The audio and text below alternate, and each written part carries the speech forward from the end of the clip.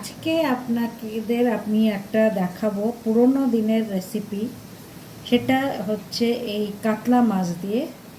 আর এই কাতলা মাছে কোনো হলুদ পড়বে না। আপনি হয়তো ভাবছেন এটা তো বানাই আমরা, দেখুন বানিয়েছেন কিনা। শুধু এই কাতলা মাছে আমি নুনটা দিয়ে দেব।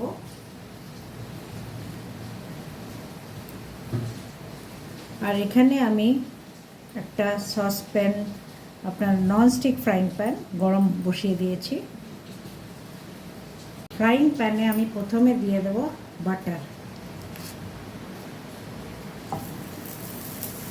আর বাকিটা দিয়ে দেব রিফাইন অয়েল।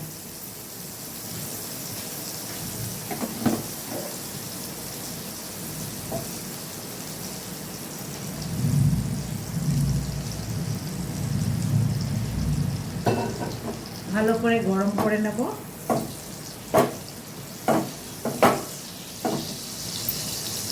এই বাটারের গন্ধ এই কাতলা মাছে অত্যন্ত ভালো লাগে।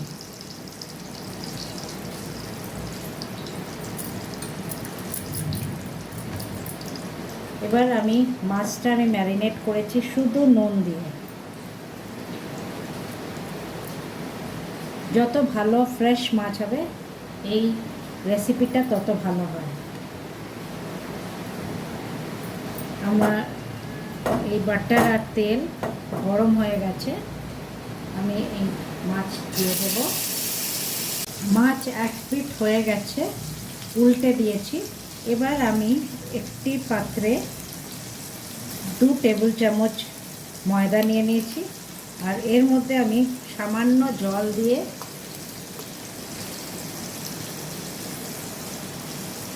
ভালো করে ময়দাটা গুলে নেব। এটা আমি রেডি করে রাখছি। এইখানে ময়দা আমার গোলানো হয়ে গেছে, দেখতে পাচ্ছেন। এটা আমি সাইডে রেখে দিলাম। এবার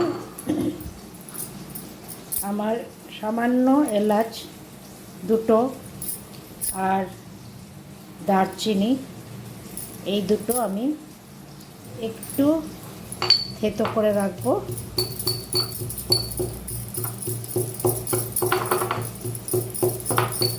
ভালো করে থেতো করে রাখবো। আমার মাছ ভাজা হয়ে গেছে। খুব কড়া ভাজা করতে হবে না, আর খুব কম ভাজাও করতে হবে না। যখন দেখবেন এইভাবে মাছ ভাজা হয়ে গেছে, এবার আমি দিয়ে দেব এই কাপের 1 কাপ দুধ।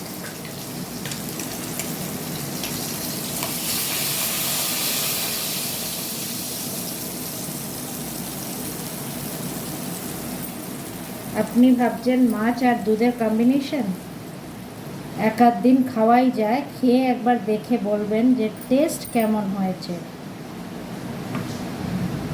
এবার এই মাছ এই দুধের মধ্যে কিছুক্ষণ ফুটবে। যখন মাছ ফুটছে তখন আমি এর মধ্যে দিয়ে দেব একটু লঙ্কার গুঁড়ো।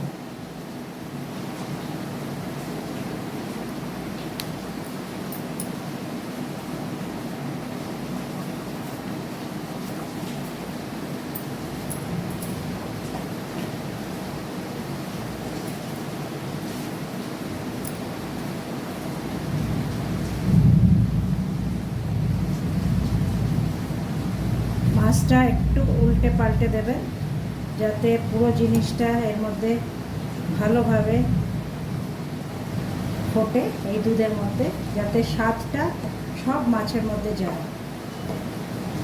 একটু পাল্টে দেবেন।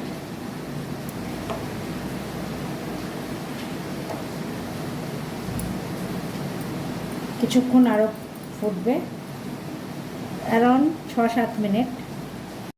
এবার আমি এই ময়দা গোলানো জলটা এই মাছের মধ্যে দিয়ে দেবো, যাতে আমার মাছের এই ঝোলটা ঘন হয়ে যায়। এবার দিয়ে নেব এই এলাচ ও দারচিনি গুঁড়ো, লবঙ্গ গুঁড়ো না, দারচিনি।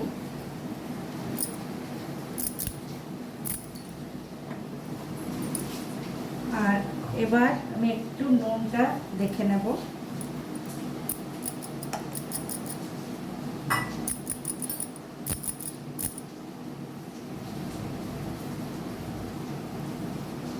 সামান্য একটু নুন লাগবে।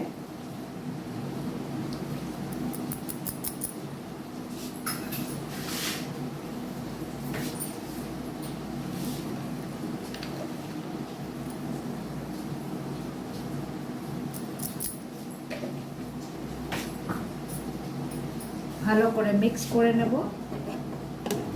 দেখতে পাচ্ছেন অলরেডি ঘন হয়ে এসছে আমার মাছের এই রেসিপিটি। আর এবার ব্যালেন্স করার জন্য আমি দিয়ে নেব সামান্য চিনি। বাঙালি রান্না চিনি ছাড়া চলে না, তো একটু ব্যালেন্স করার জন্য চিনি দিয়ে দেব।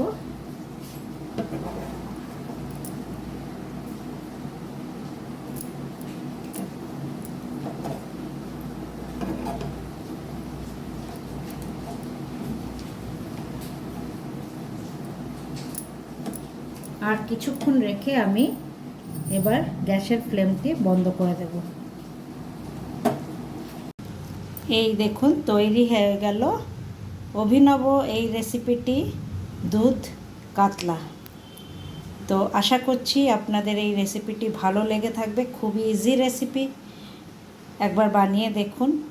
আর আমায় নিশ্চয়ই জানাবেন যে কমেন্ট সেকশনে যে আপনার এই রেসিপিটি কেমন লেগেছে। আশা করছি খুবই ভালো লেগে থাকবে যখন আপনারা বানাবেন। So by friends, and stay tuned.